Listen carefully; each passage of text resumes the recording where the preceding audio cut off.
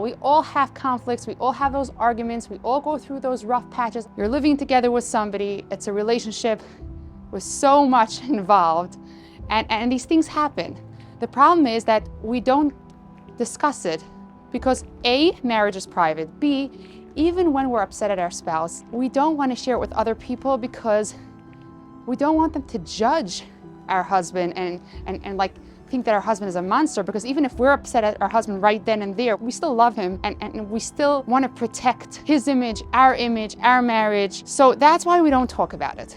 But then it's challenging because we're alone, and the pain of not being in a good place in your marriage is very real and very raw. It could be a stupid argument, but when you feel like you and your husband are going through that rough patch, it's just so challenging. How is a woman to deal with that? It's that horrible, lonely, isolating place where you just feel like lost, because this relationship means everything to you. Right, if I'm the one who is getting angry at things, or feeling flustered, or feeling overwhelmed, or taking everything personally, that means I need to stop and say, why am I reacting this way? Which needs of mine are not being met? People would ask me all the time, they would say, you must really love your husband to have made such a drastic move. We think that in order to sustain a marriage, we have to be in love, whatever that means, but those are the terminology that we use, right? To be in love with the other person.